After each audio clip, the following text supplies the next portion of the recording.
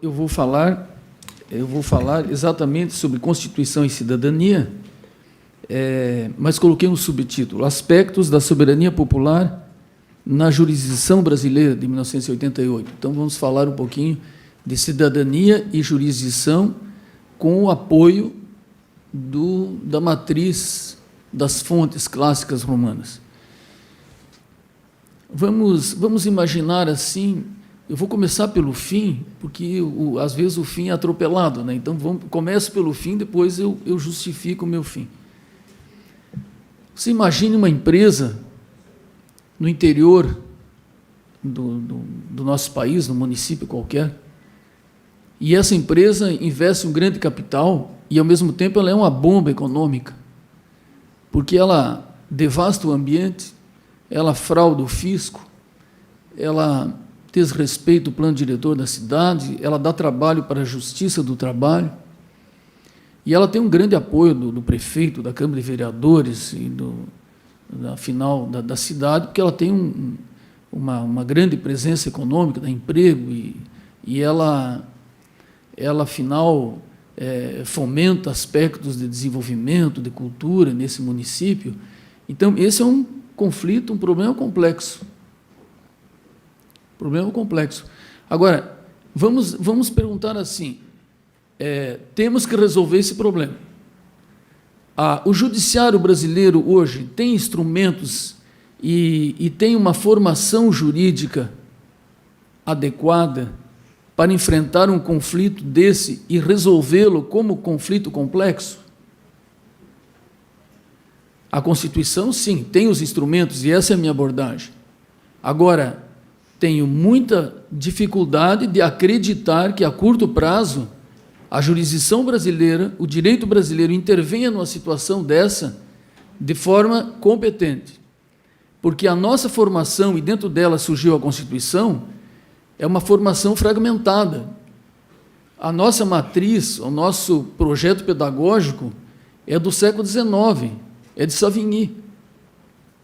Então, os nossos juízes, os nossos magistrados, promotores, os nossos estudantes, os nossos professores, eles são formados no paradigma que não se preocupa com a realidade no aspecto do fato, em si, um sistema legalista para aplicar leis que são feitas por representantes.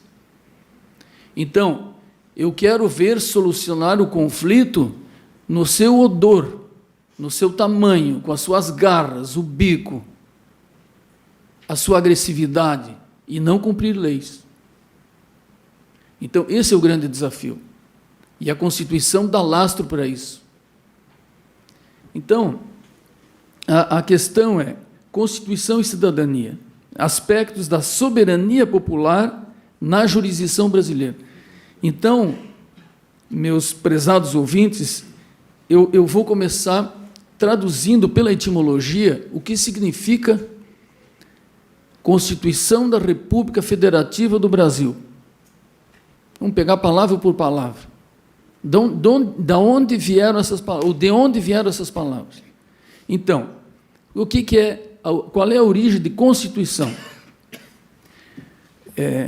O jurisconsulto Gaio, e também Justiniano, mas, afinal, os jurisconsultos romanos, eles definiam lei com a seguinte frase: lex est, ou seja, a lei é, quod populus, o que o povo romano, evidentemente, o que o povo romano iubet et constituit. Iubere é ordenar, mandar. Então, lei é o que o povo romano manda. E agora vem o nosso verbo. E constitui. Constituit. Co-instituir. Então, co-instituir é um verbo inicialmente de democracia direta. Ou seja, as instituições romanas, com a aprovação do povo, constituíam a lei. Constituíram uma lei. Então, na verdade, a lei romana é uma lei de democracia direta. Então, quem participa dessa lei?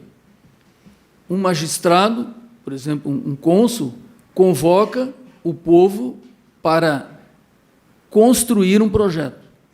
Então, ele institui comissões, estuda. Ele vai lá no Senado conversar com os senadores e explicar o que ele está fazendo, porque se eles não aprovarem, não entra em vigor. Ele tem um outro problema, é conseguir que o povo aprove a lei. Então, o povo precisa participar da elaboração. Agora, ele tem um outro predador, uma outra ameaça no horizonte, que é o tribuno da plebe. Então, meus caros jovens, vocês vejam agora o que os romanos tinham de instituição sensacional. Coisa de gente genial, um povo genial. O tribuno da plebe podia vetar a lei. Então, assim, digamos, nós aqui hoje somos todos plebe, né? Então, se aprovarem uma lei no Congresso Nacional, por exemplo, aumentando proventos de uma classe, o povo pode vetar. Então, o tribuno da plebe, ele não era representante da plebe, ele era o porta-voz. Então, ele ia lá, formava o concílio da plebe, né? O concilium, o conselho da plebe, ouvia a votação e levava a decisão. Então, a lei em Roma ela não entrava em vigor se não fosse convocada por um magistrado eleito, se não fosse aprovada pelo povo, se não fosse aprovado pelo tribuno, que assinava com um T, e se não fosse aprovada pelos senadores, que respondiam pelas elites, respondiam pela continuidade histórica de Roma, né? Então, você veja que Constituição, se fosse para ser como Constituição romana, ela teria sido feita muito diferente. Não seriam atarefadas comissões de diversos matizes e vieses, trabalhando e negociando entre elas, como a professora Derane descreveu muito bem. Ela tem um contexto muito mais amplo, né? Então, Constituição da República, res publica é a origem, né? Que nós temos o veso também na nossa matriz pedagógica de estudar republicanismo, de estudar república, política, nos gregos.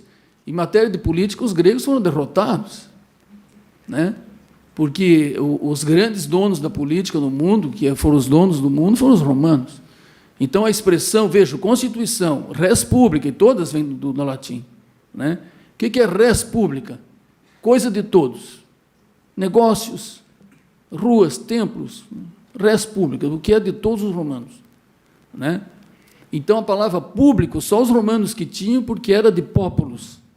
Então, o que as outras cidades tinham, eles não consideravam como público, eles consideravam como uma universalidade, porque público era só o que pertencia ao povo romano. Muito bem. Então, res publica é aquilo que pertence a todos. Então, se nós aqui fôssemos romanos, nós consideraríamos que aquela rua ali é nossa, esse prédio aqui é nosso, né?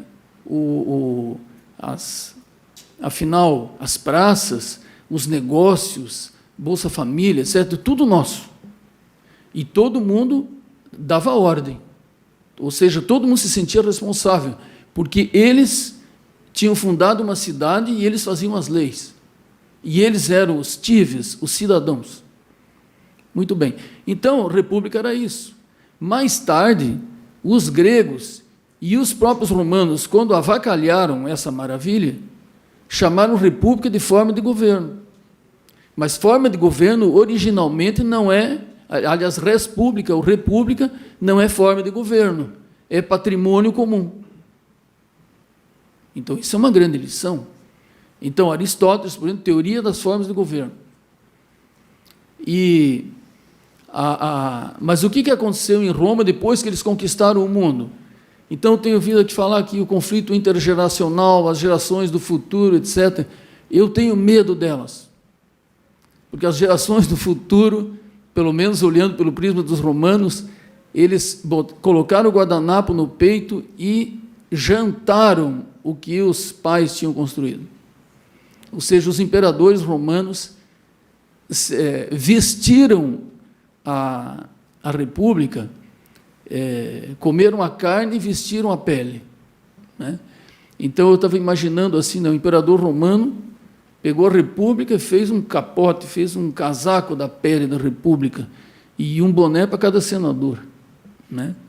E aí esse foi a nova Roma imperial, né? Mas então, se veja, então os próprios romanos é que começaram a falar em república de saudade dos tempos em que era uma democracia direta, porque agora era o imperador que mandava, ele fazia as leis, fazia tudo, né? Então, eles começaram a falar em república e começou a ganhar um contorno de forma de governo de saudade em função da usurpação. Então, era sempre como se a república ainda estivesse presente e o imperador estivesse garantindo a república, mas, na verdade, a república era apenas uma longínqua estrela no céu. Então, Constituição da República, agora, federativa, né? Federativa. Então, você veja que nós estamos fazendo uma trajetória para ver o que seria uma verdadeira Constituição e qual é a nossa, né, no momento que nós estamos vivendo, e eu estou dizendo que ela resolve os nossos problemas, pelo menos em termos de documento legal. Federação vem de fedos. Fedos é pacto, contrato, né? É um contrato, é um pacto feito entre soberanos, entre povos. É nesse sentido, né? Então, quando Roma, na sua expansão, com as conquistas, ele ia absorvendo os povos, essa união, essa incorporação, ela era diferente dos gregos. Os gregos, as cidades continuavam autônomas, independentes, e se aliavam, né, para determinadas finalidades, era uma coisa muito transitória, instável. Os romanos não, eles faziam uma coisa definitiva. Então, era assim, qual é o fedos, por exemplo, com Vitécia, que é a minha cidade de origem na Itália, da minha família, de italianos, que é Vicenza, né? Então, Vicenza tinha até senador romano, Matídio, né, por exemplo.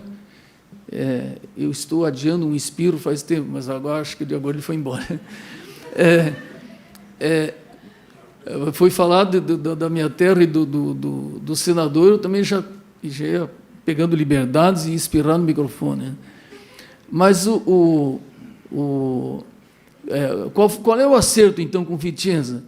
Ela tem toda a liberdade, religião, né, elege os seus governantes, enfim, Roma não mete o bedelho nisso, né?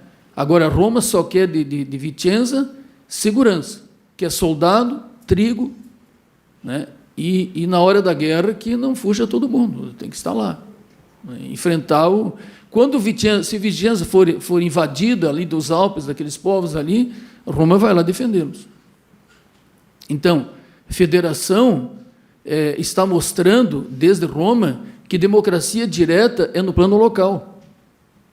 E nós temos uma federação americana, que é uma federação de estados, né? Então, se os romanos fossem batizar a federação da República Federativa nossa, eles iam dizer República Federativa dos Brasileiros. Entendeu bem? Não é a República Federativa do Brasil, porque para eles era Res Publica Romanorum, República dos Romanos. Não era República Rome, não era República de Roma, porque era uma democracia direta. Percebeu? Então, quando você tem uma República Federativa dos Brasileiros, você tende a não ter desigualdade social, professora Luana, porque, na verdade, todo o sistema político ele está centrado no populus, na população, no cidadão. Agora, e se você tem uma cidade fundada no cidadão autônomo, soberano, independente, Na sua família, não há nenhum poder público que meta o bedelho na família. A família é a família. Ela se rege pelos costumes. Agora, quanto preconceito, por exemplo, no direito penal, se diz assim, no tempo da vingança privada, o cara é um ignorante, né? Porque ele não conhece a origem do direito, a história, as fontes, e ele vê com os olhos de hoje, da mesma forma como grande parte dos brasileiros vê os pobres, culpando pela sua própria pobreza, e o culpado da pobreza é ele mesmo pela forma como ele pensa, né? E não se dá conta disso. Então,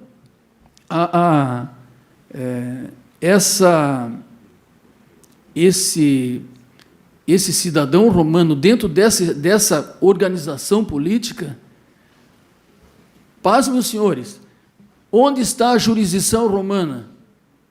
Na população, nos cidadãos.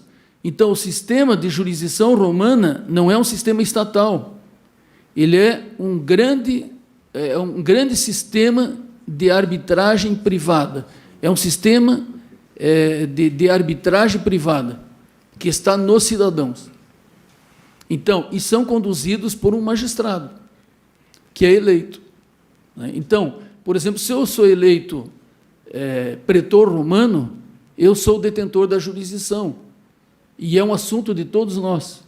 Então, qualquer um dos senhores pode ser nomeado juiz ou árbitro. Se for uma questão simples, eu nomeio um de vocês, que as partes escolhem, olhe bem, né? Então, eu creio que o presidente Lula jamais escolheria o juiz que o está julgando, evidentemente, né? Mas ali é um caso, nas ações cíveis, né? Brincadeiras à parte, nas ações cíveis, eram as partes que escolhiam o juiz. Então, se você escolheu esse juiz, você não vai reclamar. Por exemplo, eu tenho, doutor Diomário, eu lhe escolheria como juiz numa causa minha, com toda tranquilidade. Escolheria o professor Rodolfo Pinto da Luz, com toda tranquilidade, porque sei que eles seriam justos. E se eu tiver errado, o problema é meu, não é mesmo? Agora, não é um estranho que eu não conheço que vem e que vai me julgar, porque a justiça é estatal. Ou seja, da mesma forma como os imperadores romanos se apropriaram da República, a federação de inspiração americana, baseado em toda uma doutrina grega, né? E que advém da própria decadência do sistema romano, ela é uma justiça estatal, é uma justiça de representantes, cujo juiz assume o cargo por concurso, mas ele não está dentro da sociedade como estava a justiça romana. Então, isso é muito sério. E agora você deve estar pensando, puxa, agora, onde é que entra a Constituição? Não é? E a professora Adelane chamou muito bem a atenção, eu estava prestando atenção quando ela estava falando essa parte, porque é onde estava a minha preocupação. Que já desde os artigos inaugurais da Constituição, ela diz assim, que a soberania é exercida por representantes ou diretamente na forma da Constituição. E os primeiros artigos desdobram essa dimensão de uma ordem coletiva paralelamente à representativa. Então, se o nosso juiz, ele não precisa ser eleito pelo povo, etc., né? Basta que nós tenhamos uma cultura jurídica em que esse juiz possa agir respeitando determinados bens. E aí vem, desde a abertura aqui do evento, diz que eu vi e assisti que a gente pode doar livros para a plateia para sorteio. Então, tenho 2 livros importantes que eu quero sortear no final. Um é Propriedade e Função Social na Pós-Modernidade, que tem a teoria que eu vou falar agora. Porque, para nós, os bens são públicos ou privados. Então, o Estado estatalizou o coletivo. Por exemplo, o meio ambiente, que não é dele, ele se apoderou, que nem fez o imperador romano. Então, na verdade,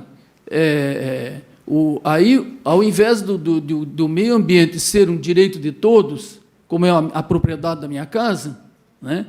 O meio ambiente, uma propriedade coletiva, é um caso de polícia. Por quê? porque o modelo de Constituição de inspiração da Revolução Francesa, da Constituição Americana, e dentro da nossa realidade, né, é um caso de polícia, o meio ambiente, porque ele foi apropriado em função de um viés econômico. Então, a nossa Constituição, ela tem a cara da iniciativa econômica, ou dos valores da economia, e não se preocupa com os outros direitos, ou coloca em segundo plano. Então, o meio ambiente é um caso de polícia.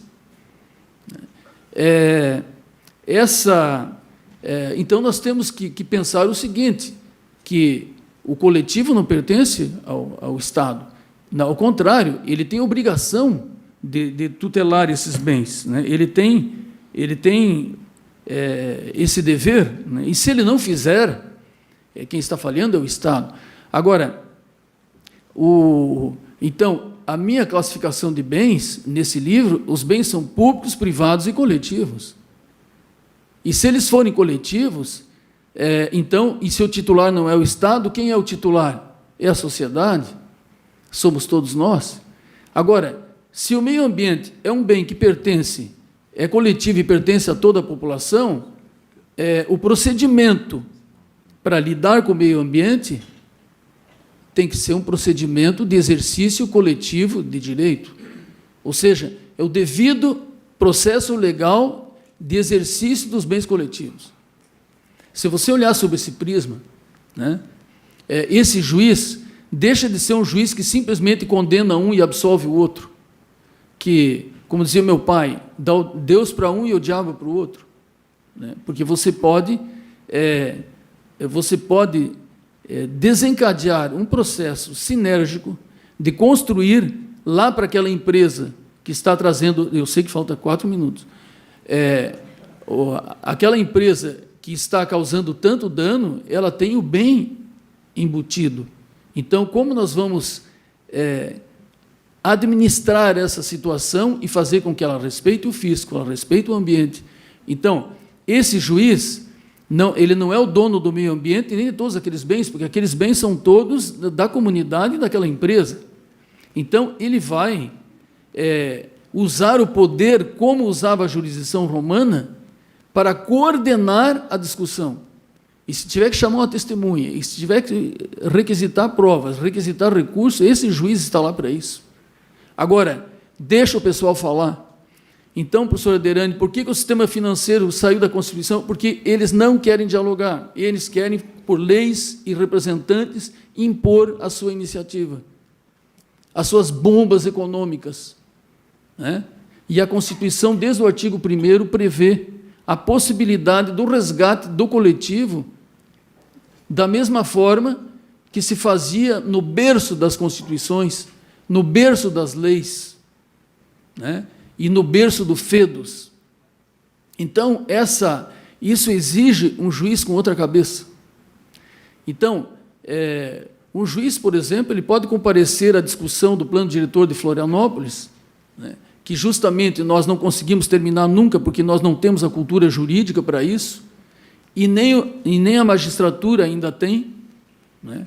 E se você passar pelo crivo de todos os professores do Brasil, né, seria uma longa tarefa construir esse direito, refletir sobre uma possibilidade de agir com o direito de uma forma na linha da autocomposição dos conflitos e de uma maneira que o Savigny nem sonhava. Que nós entramos na universidade para decorar conceitos e, na verdade, saímos com uma série de conceitos decorados e, na hora de resolver o problema do plano diretor, é uma dificuldade, porque a linguagem jurídica da construção, o direito atuando em tempo real, na construção da solução, na construção da norma aplicável ao caso concreto, aí você perde o companheiro, porque nós somos formados para ser formalistas, né? Então, imagine assim a beleza que se descortina a partir de uma nova visão do direito. Ainda me faltam 2 minutos. O meu último livro, o segundo que eu falei, né, Audiência Pública na Justiça do Trabalho. Foi uma obra discutida com todos os juízes, construída durante 1 ano, com todos os juízes do trabalho de Santa Catarina, do TRT 12. E evidentemente que dependia das autoridades superiores, né? E eu nunca tive essa veleidade de acreditar que isso seria aprovado. Mas nós construímos uma experiência que é como esse juiz do trabalho elimina assim a carga de reclamatórios individualistas com audiência pública com a empresa causadora das ações. Então, quando ele entra lá, ele já começa a entrar no compromisso. E essa empresa ela vai acertar não o ali, mas o dali para frente, com todos os seus trabalhadores, com as autoridades e com a chancela do juiz. E vai buscar também ali as vantagens que ela pode, que ela aspira, né? Que muitas vezes ela tem dificuldades perante o poder público, ou seja, perante o juiz e a comunidade reunida. Quando você coloca a soberania na população, você tem como encaminhar a solução dos problemas. Então, que tristeza nós ficarmos interpretando leis de representantes como se revelam os nossos representantes. E, na verdade, por isso a proposta, o romanista é sempre um inconformado, né? Porque ele tem 2 universos para comparar. E na verdade, que distância, né, para você construir uma cultura jurídica que aposente esse projeto pedagógico e que comece a pensar o direito numa outra perspectiva, de mediação, de arbitragem, de autocomposição, de audiência pública deliberativa, em que o juiz é o comandante e não o dono da decisão, porque o Estado não é o dono do coletivo. Eu fiquei muito emocionado de estar aqui com os senhores no aniversário da Constituição, perante a professora Luana e o professor Diomário Queiroz, conduzido pelo meu querido professor, aluno Alexandre Botelho, na presença do professor Samuel, da professora Derane, e todos os senhores. Como tem gente bonita no Brasil, nossa, né? Muito obrigado.